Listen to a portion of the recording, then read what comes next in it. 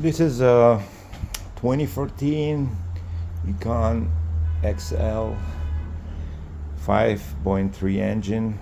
I want to show you the firing order and oxygen sensor location for any GM 5.3 engine. So we start with the firing order.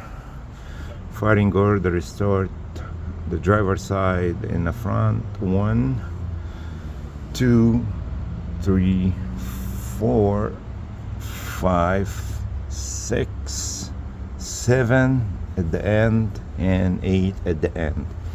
So bank 1 would be the driver side, bank 2 would be the passenger side. So for oxygen sensor, start with bank 1, the bottom of the driver side, go down here. So the top one will be bank 1 sensor 1, and then the bottom one be bank 1 sensor 2. The passenger side, bank 2 sensor 1 would be the top one, and bank 2 sensor 2 would be the bottom one, which is this one right here. Thanks for watching. Please like and subscribe for more videos.